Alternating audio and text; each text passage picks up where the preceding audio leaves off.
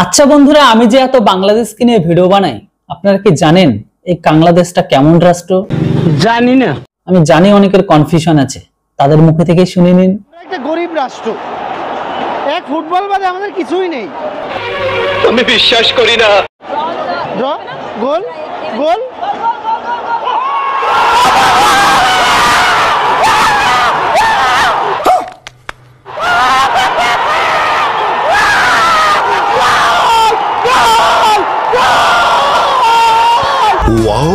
FC cup আমাদের জেতার দরকার না, ইন্ডিয়াকে হারানোর অনুভূতিটাই ভিন্ন। হামজা চৌধুরী আজকে গোল করলে আনন্দে উল্লাসে স্টেডিয়াম ফিরে যাবে ইনশাআল্লাহ। আচ্ছা চলুন বন্ধুরা, এবার দেখে নি নাই নাই করে দীর্ঘ 22 বছর অপেক্ষার পরে বাংলাদেশিদের মনের ভেতরে ঈদের আনন্দ জেগেছে বা মুখে হাসি ফুটেছে। এত বছর অপেক্ষার পরে যখন ঈদের আনন্দ এসেছে মনে, জানতে হবে না তারা ভারতকে আরো কি কি দিতে চাইছে।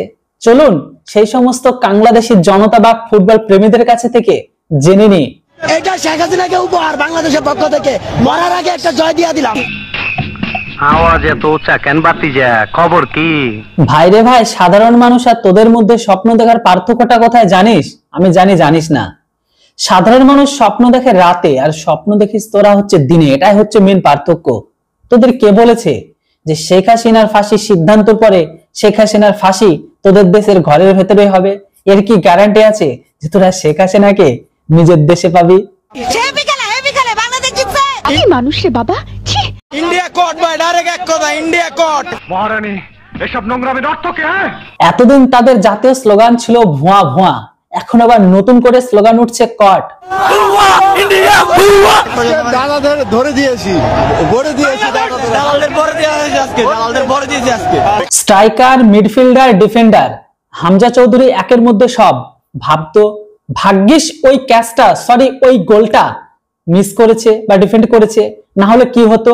গাড়ির মধ্যে যে বাসটা ভরে দিয়েছিল, ভাগ্যিস এপাশ থেকে এপাশ হলে হামজা চৌধুরী সব শেষ। লুঙ্গি তখন আর নিচে থাকবে না, লুঙ্গি আকাশে। কালকেও যেমন জয় পেয়েছি আমরা রায় ক্ষেত্রে মৃত্যুদণ্ড, আজকেও জয় ভাই, এটা অর ছিল ভাই। ইনশাআল্লাহ ভবিষ্যতে হবে। ইন্ডিয়া কোর্ট খাইছে, আবার আরো 2 বার খাবে ভাই, সমস্যা নাই। তোর মাথা নষ্ট। বাংলার মাটিতে এটা হচ্ছে আরেকটা ঐতিহাসিক জয়। Very happy, very happy.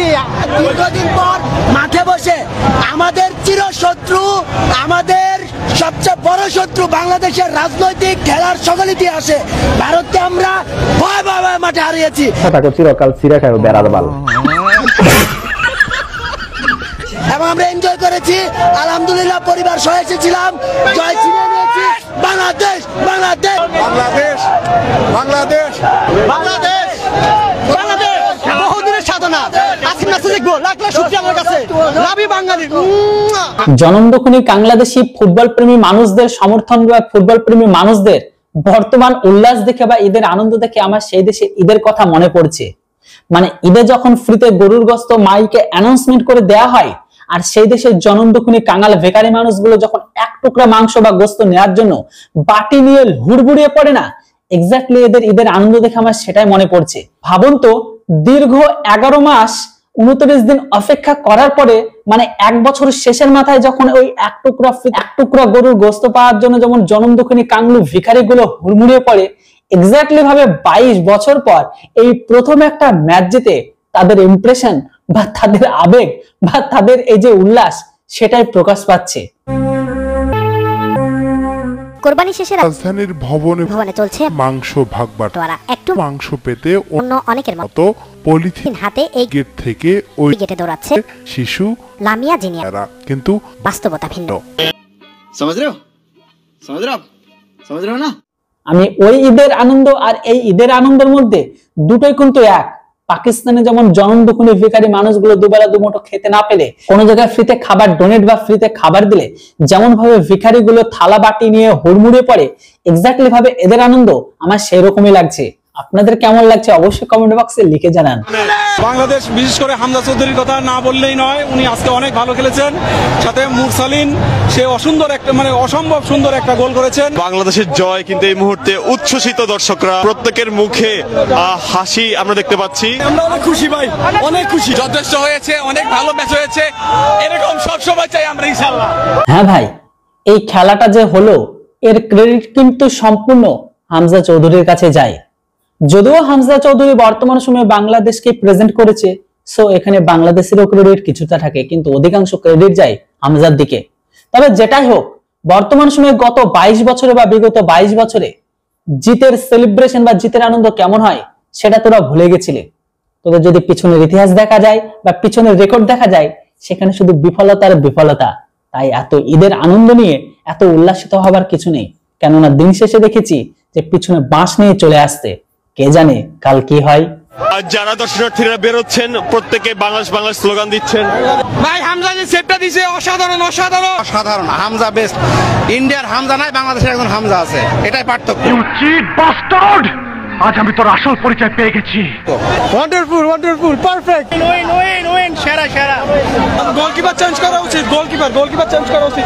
অসাধারণ অসাধারণ অসাধারণ, অদ্ভুত অদ্ভুত। ভালো ভালো ভালো ভালো চেন্টাস ইন্ডিয়া শেষ, ইন্ডিয়া শেষ।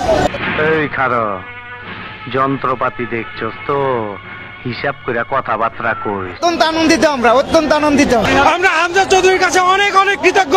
Thank you so much. Mursalin win win win Bangladesh match. বইরা দিছি, বইরা একদম বইরা।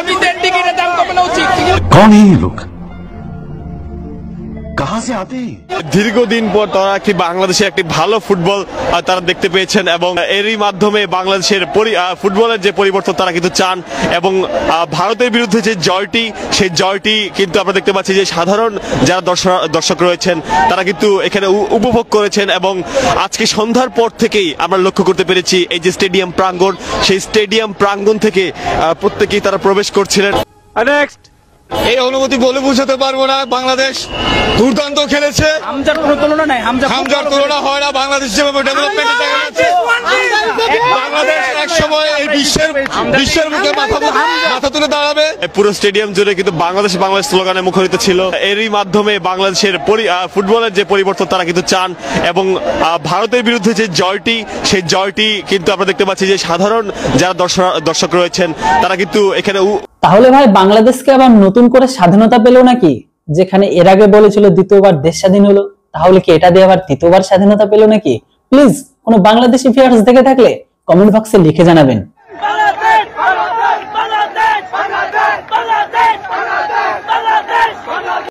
বিশ্বাস করুন ভাই, আমি এক মুহূর্তের জন্য ভুলে গিয়েছিলাম অ্যাকচুয়ালি তারা বলছেটা কি, বাংলাদেশ বাংলাদেশ না বালের দেশ কোনটা। মাঝে মধ্যে আমি কনফিউশন পড়ে গেছিলাম এদের চিৎকার দেখে, যে এরা জোরে জোরে কি বাংলাদেশ বাংলাদেশ বলছে না বালের দেশ বলছে। যেটাই হোক, দেখুন যেটাই হোক না কেন, 22 বছরে একটি জয়, তাও আবার এক গোলে। ভাবুন তো, আসলে ওরা এইটুকুতেই খুশি। যেটাই হোক, বাচ্চার সাথে গুলি খেলার সময় বা বন্দুক যুদ্ধ খেলার সময় বাবা না হয় মিথ্যে মিথ্যে একবার মরুক, তাতে সমস্যা কোথায়? ছেলেকে খুশি রাখা বাবার তো নৈতিক কর্তব্য। আপনারা কি বলেন? তবে বন্ধুরা দেখুন, যেটাই হোক না কেন, এবার বাংলাদেশের ফুটবল টিম ভারতের ফুটবল টিম বা ফুটবল প্লেয়ারদেরকে হারানোর পর তারা এবার এমন ভাবে নিউজ হচ্ছে যেন মনে হচ্ছে গতকালকে সকালেই বাংলাদেশের বিশ্বকাপ ট্রফি আনতে যাবে। পাশে সিমেন্টের বস্তার মতো ধরে রাখবে দুজন খেলোয়াড়।